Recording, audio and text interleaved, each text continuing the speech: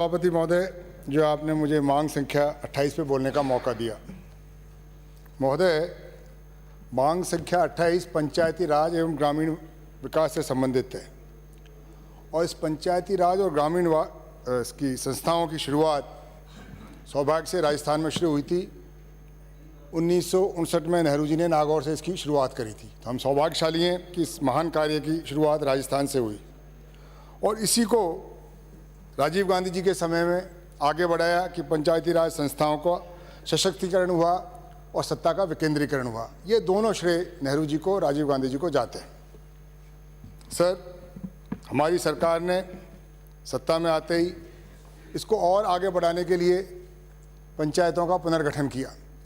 नई ग्राम पंचायतें बनी, पंचायत समितियां बनी।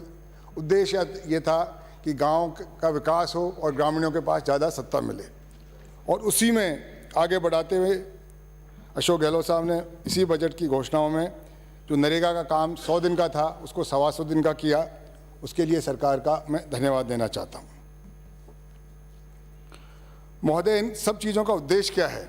उद्देश्य ये है कि पंचायती राज संस्थाओं का सशक्तिकरण हो। सशक्तिकरण मतलब इनके पास ज़्यादा से ज़्यादा अधिकार आए, ग्रामीणों के पास, ग्रामीण संस्थाओं के पास, और सत्ता का जो केंद्रीकरण हो रहा था जिला स्तर पे, उपखंड स्तर पे, इसका विकेंद्रीकरण हो।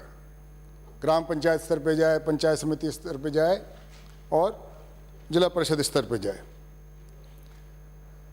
एक जमाना था सर जब हमारे प्रदेश में या पूरे देश में पंचायती राज मजबूत था। मास्टरों के, प्राइमरी स्कूल के मास्टरों का रिक्रूटमेंट, ट्रांसफ़र जिला प्रमुख और प्रधान करते थे।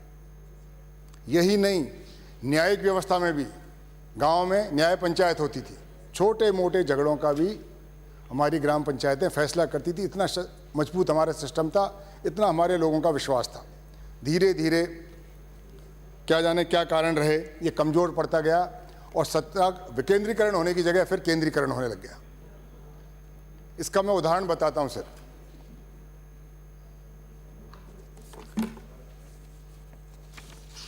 राजस्थान सरकार द्वारा 2015 में एक आदेश जारी किया गया। ग्रामीण विकास विभाग द्वारा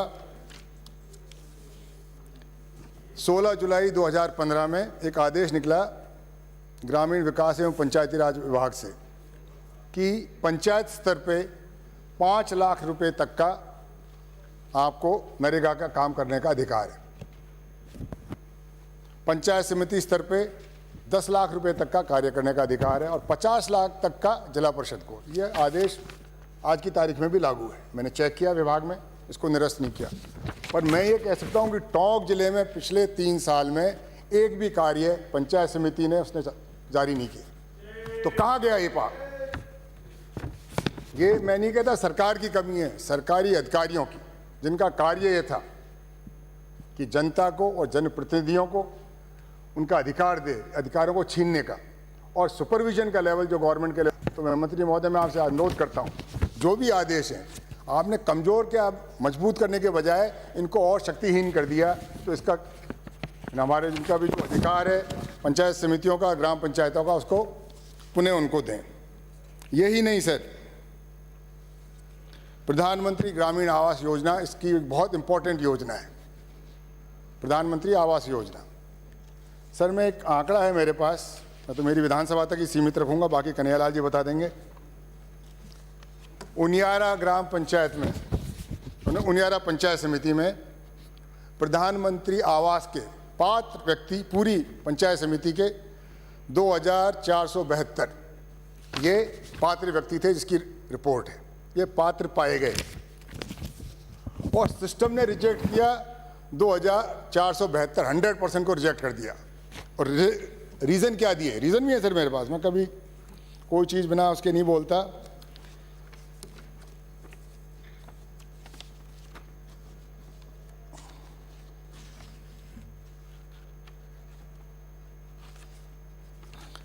विधानसभा क्षेत्र देवली उनियारा में प्रधानमंत्री आवास योजना के अंतर्गत ग्राम पंचायतों द्वारा पात्र घोषित किए जाने के बावजूद भी इस योजना में चयनित लगभग 7000 आवेदकों को बिना किसी वैध कारण के अपात्र घोषित किया गया। उदाहरण के तौर पर उनियारा पंचायत समिति के रानीपुरा ग्राम पंचायत कि देवपुरा कला में 173 परिवारों को एवं फूलेता ग्राम पंचायत के 324 ग्राम परिवारों को और देवली पंचायत समिति की टोडा का गोठला ग्राम पंचायत के 130 परिवारों को घर में लैंडलाइन टेलीफोन होना बताकर अपात्र घोषित कर दिया गया। उन गांवों में लैंडलाइन है ही नहीं, टेलीफोन लाइन ही नहीं है सर। अभी किसका काम है ये? सरकारी योजना है हमको लाभ देने का और सरकार ही नहीं दे रही। किस अधिकारी की लापरवाही है ये? मंत्री जी मैं आपसे अनुरोध करूंगा, या तो आप चेक करवा लें यहाँ से कि उन गांवों में लैंडलाइन है नहीं है टेलीफोन की। जब लैंडलाइन ही नहीं है तो उनके घर में कनेक्शन कहाँ से आ गया? एक गंभीर विषय है। मैं शिकायत नहीं कर रहा हूँ कि जो सरकार की कल्याणकारी योजना है उनका लाभ हमारे ग्रामीण तक नहीं पहुँच रहा। अगर ये ऐसा होगा तो इन योजना सिर्फ कागजों में रह जाएंगी, हम जनता को उसका लाभ नहीं मिलेगा। प्लीज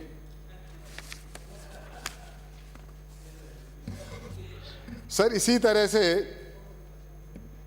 पंचायतों को आपने नई पंचायतें बना दी, पंचायतों को अधिकार दिए। अधिकार का कैसे प्रयोग करेंगे? एक तो सरपंच होता है, उसका स्टाफ होता है। स्टाफ की पोजीशन कभी देखी है आपने? मंत्री जी, पंचायत समिति देवली में कुल स्वीकृत पद 183 कार्मिकों की है, जिसमें से सिर्फ 88 कार्यरत है। जब अधिकारी नहीं उस अधिकार का प्रयोग करने के लिए, तो फिर अधिकार आप लागू कैसे करेंगे या उसको अधिकार देंगे कैसे? देवली पंचायत समिति में, मेरे 2 पंचायत समितियां देवली और उनियारा, 40 ग्राम पंचायतों में से 22 ग्राम पंचायतों में ग्राम विकास अधिकारी के पद रिक्त चल रहे हैं। जब पद ही नहीं है, ग्राम विकास अधिकारी नहीं है, तो गांव का विकास होगा कैसे? अगर अपन अधिकार देते हैं तो अधिकार प्रयोग करने के लिए हमको व्यवस्था भी करनी पड़ेगी। उनियारा ग्राम पंचायत, इसी तरह से उनियारा पंचायत समिति में कनिष्ठ सहायकों के स्वीकृत पद हैं 92, उनमें से 47 रिक्त हैं। देवली पंचायत समिति में स्वीकृत पद हैं 66, रिक्त पद है 46। ये बड़ी गंभीर समस्या है जिनके अभाव में हमारा ग्रामीण विकास अधूरा रह जाता है।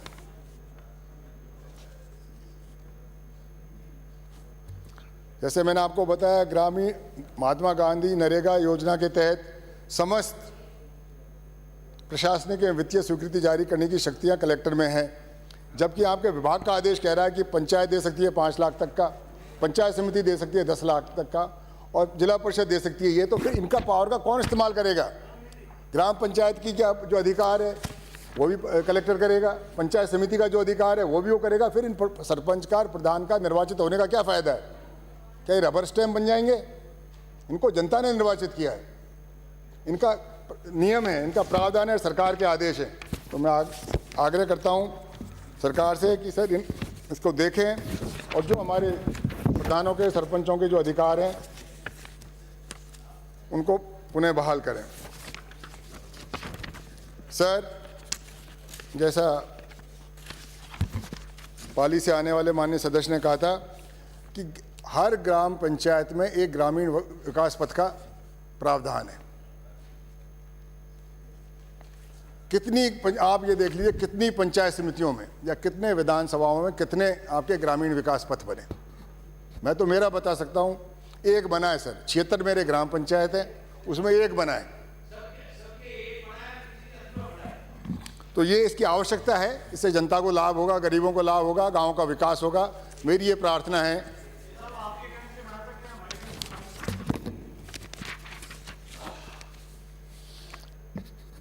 उनियार देवली मेरी जो पंचायत समिति है उसका भवन सर 55 साल पुराना है।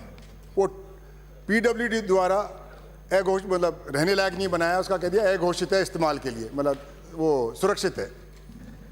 पंचायत समिति का भवन जब प्रधान बैठते हैं, जब मीटिंग लेता है, वो असुरक्षित है। 55 साल पुरानी बिल्डिंग है। तो देखें सर, फिर ये मीटिंगें कहाँ होंगी? इसका संचालन को जितनी पंचायतों, ग्राम पंचायतों के, बहुत सारी मेरी हैं ग्राम पंचायतें जिनमें भवन ही नहीं है। ग्राम पंचायत है, ग्राम पंचायत का भवन ही नहीं है। ग्राम पंचायत पाटौली, हैदरीपुरा, फूलेता, देवली, रानीपुरा, सूथड़ा, खातौली, बोसरिया, निवारिया, देवड़ावास, दूनी, गुराई, घाट, चारनेर, धुआंकला, जूनिया, सीतापुरा, चांदली, राजमहल, गांवड़ी, कनवाड़ा, रामसागर, बालुंदा, नासरदा, ख्वासपुरा के भवन क्षीण हो चुके हैं, जर्जर हो चुके हैं, उनको नए बनाने की आवश्यकता है। नई ग्राम पंचायतें जो बनी हैं पुनर्गठन में, उनके पंचायत भवन नहीं बने, उस पर ध्यान दें कृपया। अतिशीघ्र उनको बनवाने की आप व्यवस्था करेंगे। आप युवा ऊर्जावान मंत्री हैं, काम करने की लगन है और आपसे हम उम्मीद करते हैं कि आप ये काम करेंगे। साथ ही सर, ये हमारे पंचायत समिति सदस्य सीआर जिसको बोलते हैं, जिला परिषद सदस्य डीआर जिनको बोलते हैं, ये भी निर्वाचित हमारे जनप्रतिनिधि हैं। इनको भी मानदेय भत्ता कुछ बढ़ाने के, क्यों इनका भी एक लंबा चौड़ा क्षेत्र होता है, इनको भी इलाके में जाना पड़ता है, घूमना पड़ता है, जनता की सुनवाई को, तो इनको भी कुछ अधिकार दें आप। जैसे पंचायत को है, प्रधान को, इनको कुछ बजट की प्रावधान करें ताकि प्रत्येक ग्राम पंचायत मुख्यालय स्तर पर सर एक एम्बुलेंस भी होना आवश्यक, क्योंकि हर गांव में बीमार पड़ता है, लोग सरपंच को फ़ोन करते हैं, सरपंच साहब इसको कैसे पहुंचाए, हॉस्पिटल पहुंचाएं। तो मैं आग्रह करता हूं सरकार से कि उस पर ग्राम पंचायत स्तर पे एक एक एम्बुलेंस का प्रावधान हो। सर, अभी एक सरपंच संघ 22 तारीख को इस विधानसभा के सामने घेराव या धरना देने की सोच रहा है। वो हमारे पास भी आए थे, उनकी कुछ मांगे हैं जो सरकार को उनका संज्ञान लेना चाहिए और मैं मानता हूं उस पर निर्णय लेना चाहिए।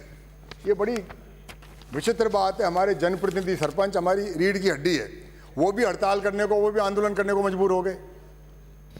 अगर वो ही आंदोलन करेंगे तो विकास कौन करेगा गांव का? तो मेरा खुद का ये मानना है, जैसा भी उनकी जो भी उनका संगठन है उसको सरकार बुलाए, बात करे और मिल बैठकर जो भी उसका नतीजा निकले।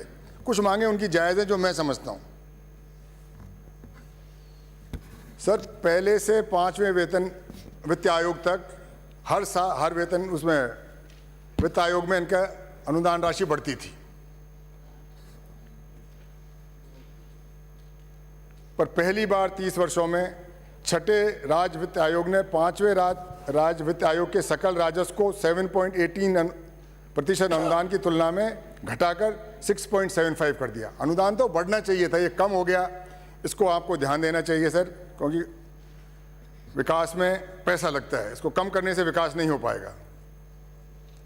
इसी तरह ग्राम पंचायतों के विकास की राशि में से मानदेय कर्मी जैसे कि पंचायत सहायक, कोविड स्वास्थ्य सहायक, सुरक्षा गार्ड एवं पंप चालक के मानदेय को राज्य वित्त आयोग के से भुगतान के प्रावधानों को निरस्त कर इनके मानदेय का भुगतान संबंधित विभाग द्वारा किया जाए और इनको राज्य जो वित्त की राशि है उसमें से कटौती नहीं की जाए। पंचायतों के पास खुद के पास ही पैसा नहीं है। सर, जल जीवन मिशन योजना का संचालन एवं साधारण बिना संसाधन एवं बजट के प्रावधानों के ग्राम पंचायतों पर थोपा जा रहा है। इसके लिए जलदाय विभाग को अधिकृत किया जाए, क्योंकि पंचायतों के पास पैसा नहीं है।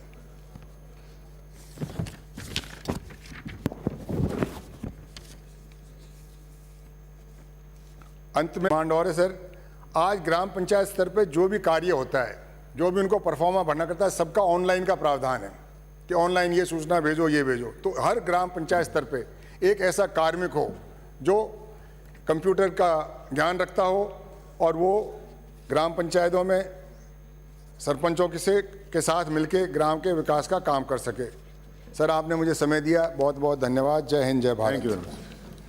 श्री